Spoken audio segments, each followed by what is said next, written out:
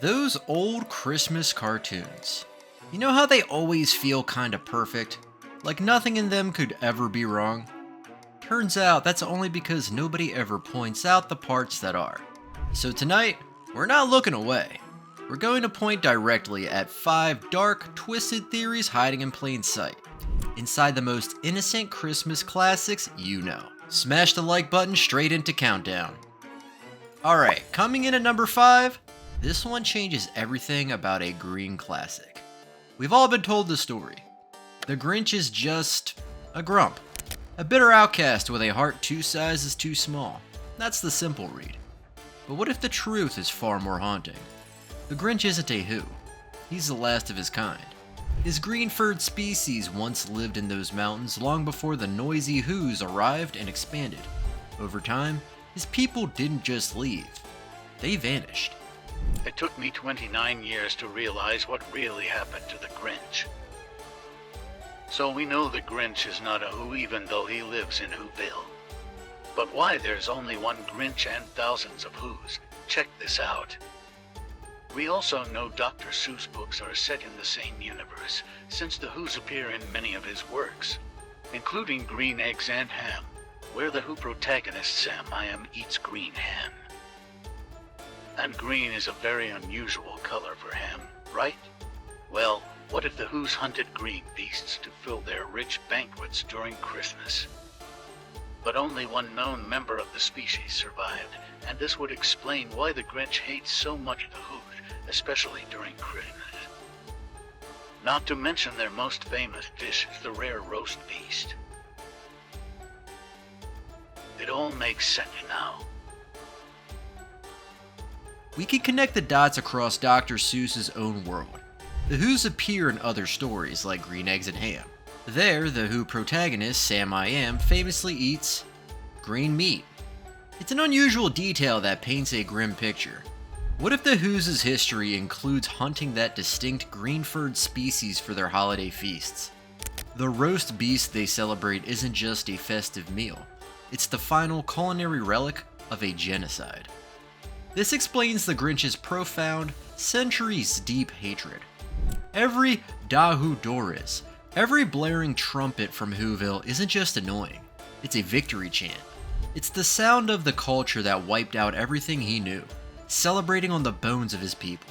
So there's a theory that the Grinch wasn't actually trying to steal Christmas, he was actually doing something way worse. If he wasn't trying to steal Christmas, what else was he doing? So there's a theory that the Grinch was actually trying to kill all the Who's in Whoville. What do you mean he's trying to kill them? So in the movie Horton Hears a Who, we see in that movie, Horton is trying to protect all the Who's from being killed from the other animals. So the Who's have to make as much noise as possible to prove they exist and the animals didn't kill them. Right, everything they try to do is always loud. But the theory is ever since Horton Hears a Who, the Who's always made it a tradition to make a bunch of noise so nobody accidentally kills them. And that's why in the Grinch says that the Who's are super noisy and he can't stand any of the noise that they make. And we see that all the presents the Who's get on Christmas are all things that make a lot of noise because they need that to stay alive. So basically what they're trying to do is make a bunch of noise so that no one accidentally kills them. Exactly. So when the Grinch stole all the gifts, he put all of Whoville in risk of getting killed. And that's why on Christmas Day, when the Who's realized they had no gifts, they all went outside to sing to make as much noise as possible.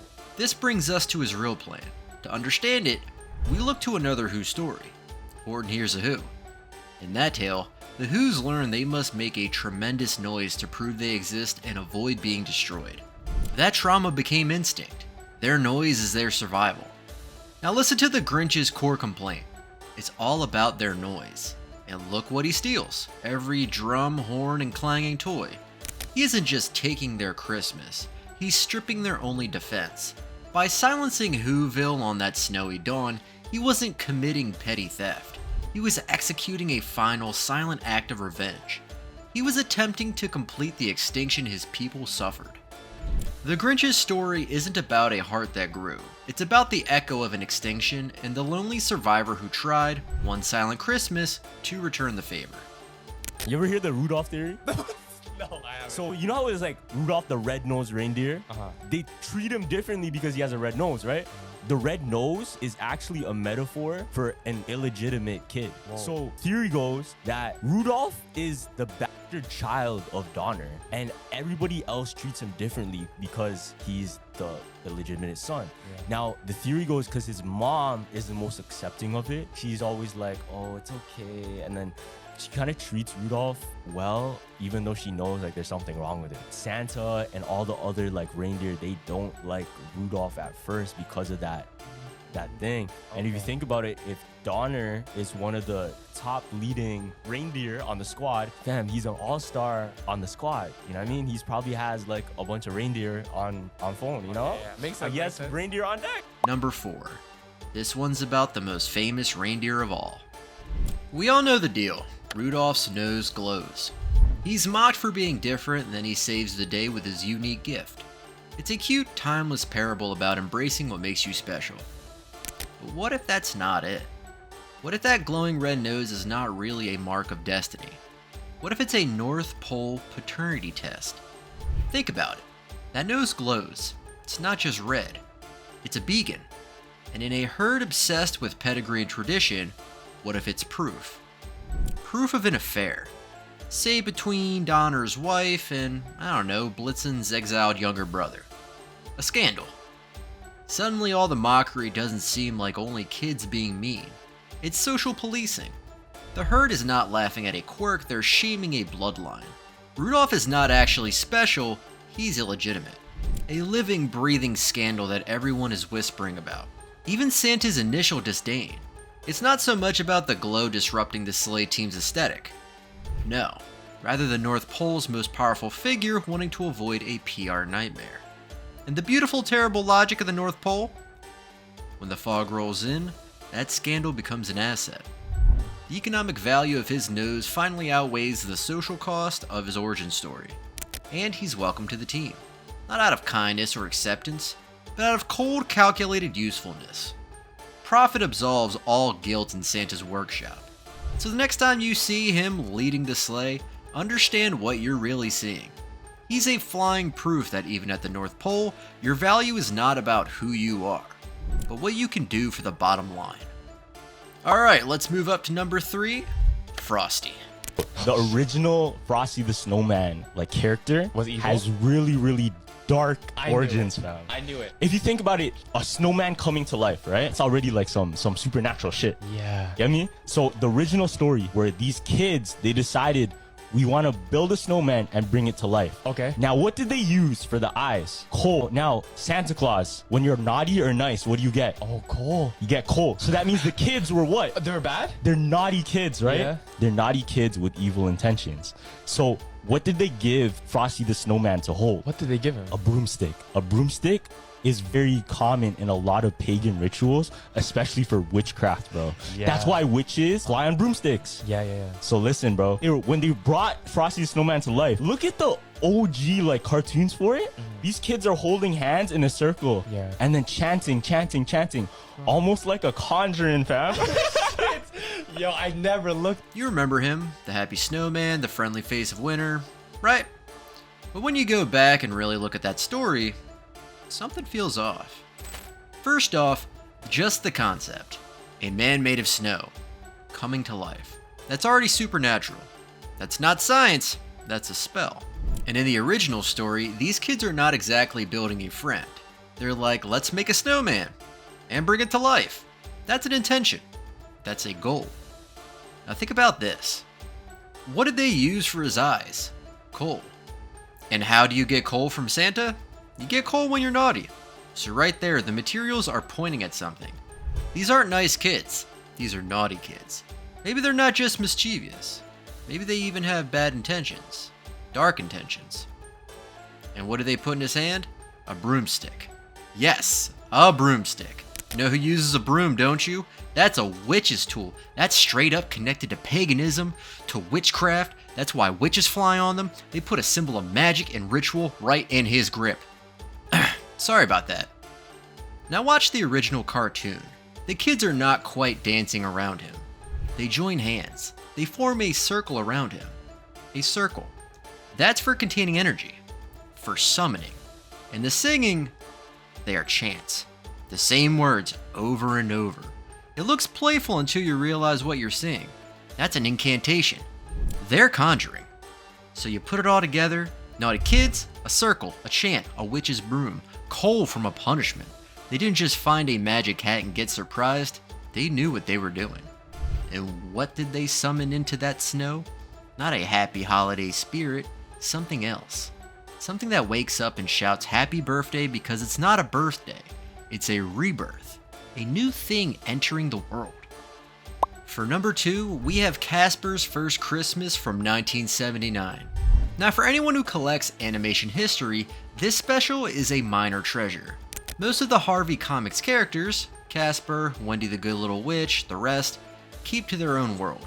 But here, Casper stumbles into the universe of Yogi Bear and Snagglepuss.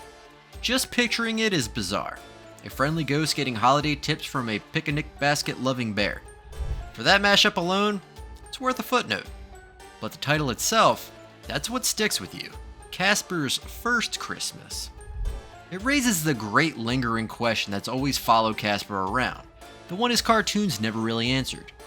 Is this his first holiday as a ghost, or was it his first Christmas ever?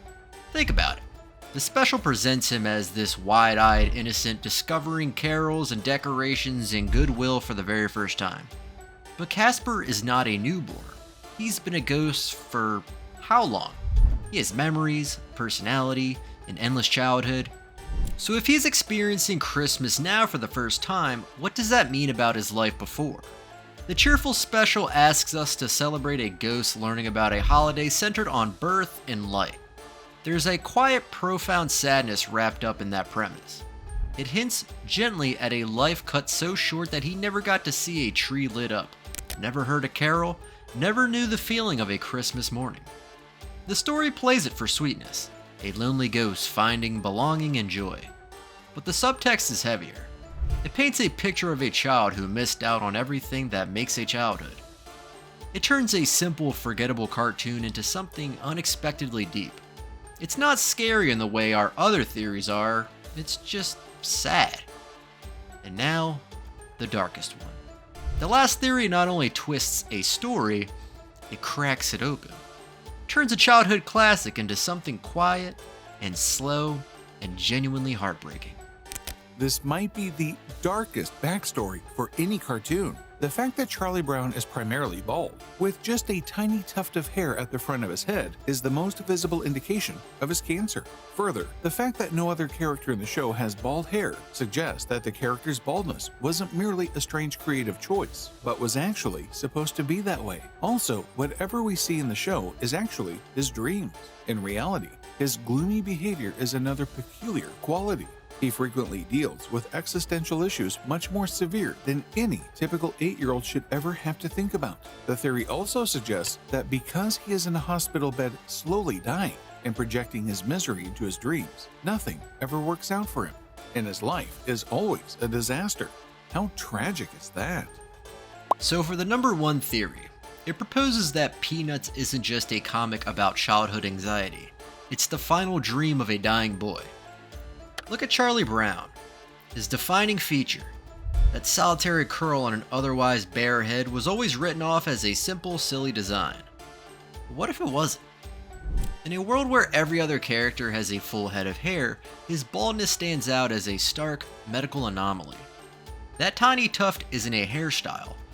It's what remains after treatment. The theory goes further. The world we see, the endless football pools, the unkind words, the kite-eating tree, is not real. It's a projection from a hospital bed.